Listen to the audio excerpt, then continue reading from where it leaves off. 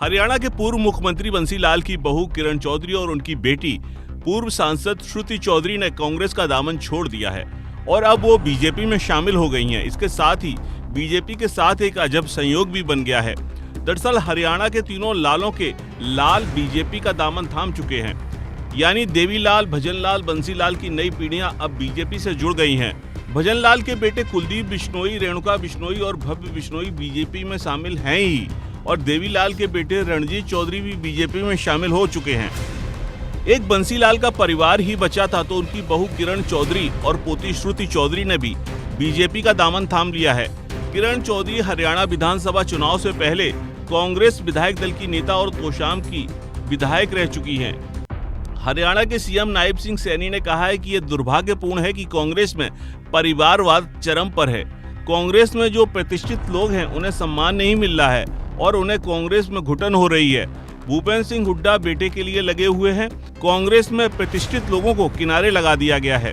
उन्होंने दावा किया कि कांग्रेस से कई बड़े नेता जाने वाले हैं। किरण चौधरी ने मल्लिका अर्जुन खड़गे को भेजे अपने इस्तीफे में आरोप लगाया है कि हरियाणा कांग्रेस एक आदमी की पार्टी बन गई है।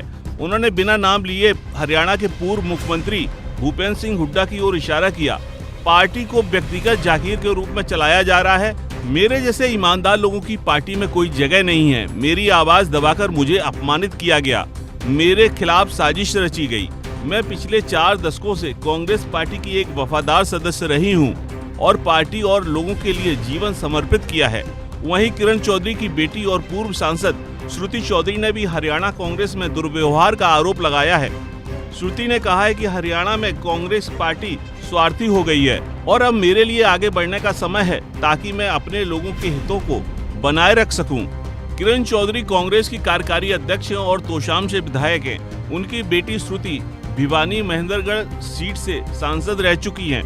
बताया जा रहा है कि नाराजगी इस बात की भी है कि भूपेंद्र सिंह हुड्डा ने श्रुति चौधरी का टिकट काटकर राव दान सिंह को दिलवाया। हालांकि भिवानी से राव दान सिंह चुनाव नहीं जीत पाए। राव दान सिंह ने भी भीतरघात के आरोप किरण चौधरी पर लगाए हैं। वहीं किरण का कहना है कि टिकट का बंटवारा अगर सही होता तो इस सीट पर कांग्रेस की जीत हो सकती थी। किरण चौधरी के पति 59 वर्षीय सुरेंद्र सिंह की उत्तर प्रदेश के सहारनपुर जिले में आपातकालीन लैंडिंग के दौरान एक हेलीकॉप्टर दुर्घटना में प्रसिद्ध उद्योगपति और ऊर्जा मंत्री ओम प्रकाश जिंदल के साथ मृत्यु हो गई थी। बंसीलाल के परिवार की विरासत बहू किरण चौधरी और बेटी श्रुति चौधरी ही आगे बढ़ा रही हैं। कांग्रेस ने 2024 लोकसभा चुनाव में भले ही कई सीटें जीतकर पार्टी में नई जान फूंक दी हो, लेकिन चुनाव से पहले और चुनाव के बाद जिस तरह से पार्टी छोड़कर नेताओं के जाने का सिलसिला चल निकला है वो रुकने का नाम नहीं ले रहा है। ज्यादातर नेता अपनी पार्टियां छोड़कर सत्तारूढ़ पार्टी बीजेपी में शामिल हो रहे हैं, जिससे बीजेपी दिन ब दिन मजबूत होती नजर आ रही है।